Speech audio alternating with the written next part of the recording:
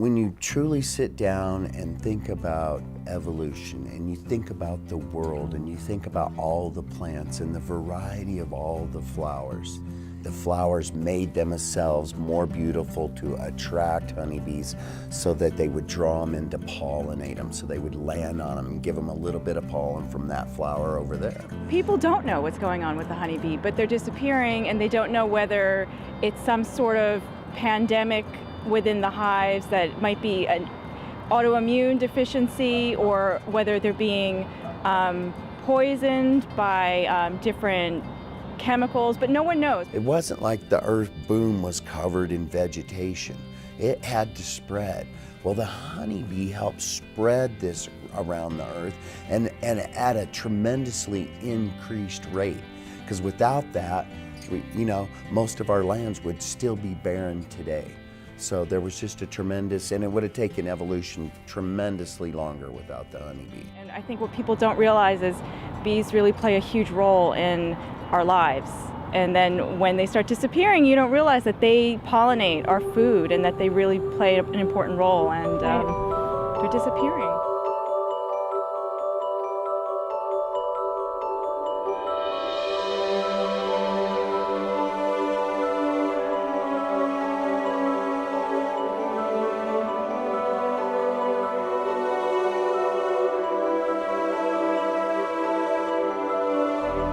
This is not going to be another film like The Disappearing of the Honeybee.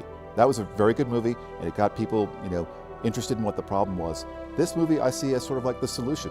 What can you do as a bee person, a citizen activist? You can literally have a bee hive of your own, and that would be an incredible way to rebuild the bee population that had suffered under colony collapse disorder.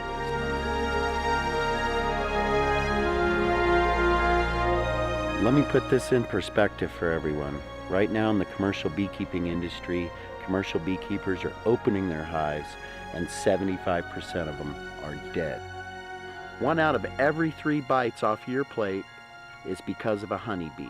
The honeybee is responsible for 33% of everything that you eat.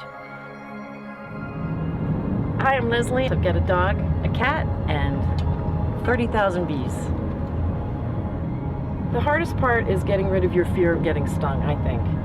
And whenever you don't have the bee suit on, that fear is a little higher. But it's really pretty easy. I mean, you buy the hive, you buy some bees, or get a swarm, which is harder to do first year because you don't know the people yet. And then, I check on them on Sundays. I pop the hive and look and see that they're doing okay, that they don't have any mites, any problems. I would love to encourage more people to become backyard beekeepers. I mean, wonderful things happen to you when you become a backyard beekeeper. My brother now describes me as, he said, it's like having a lion keeper in the family. So you become an instant badass because you're a beekeeper. And there's a certain cachet to that.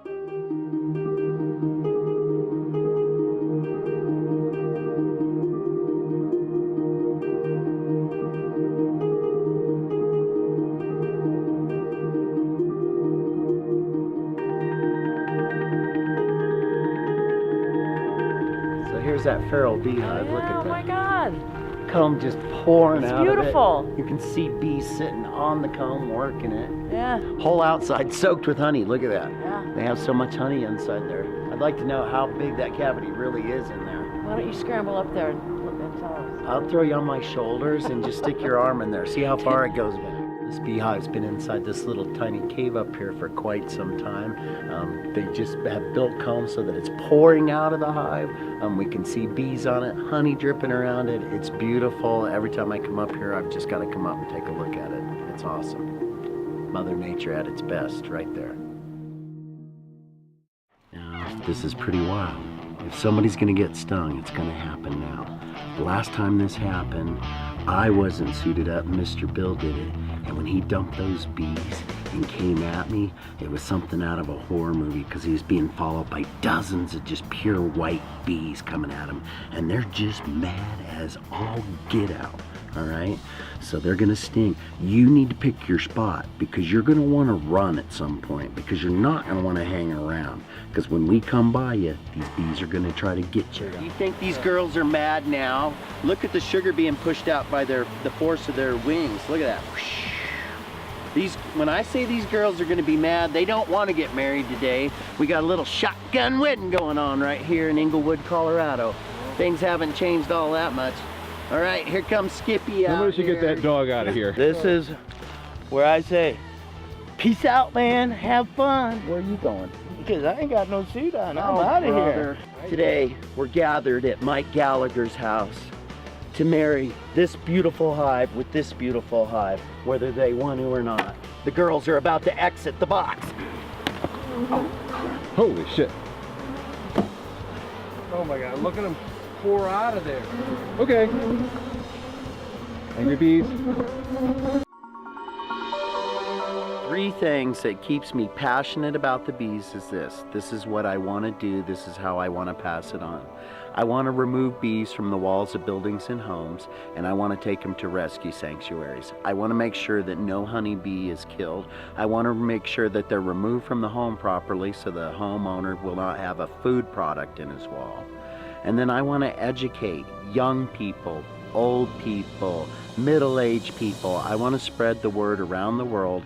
I want everyone to get into beekeeping. I want everyone to realize how important this is. We need to do something now. We can all be bee people.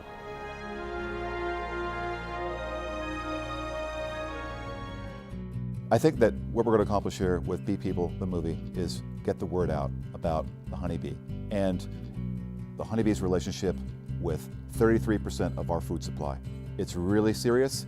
The citizen activist, the actual budding bee person, can make a difference every 2 miles.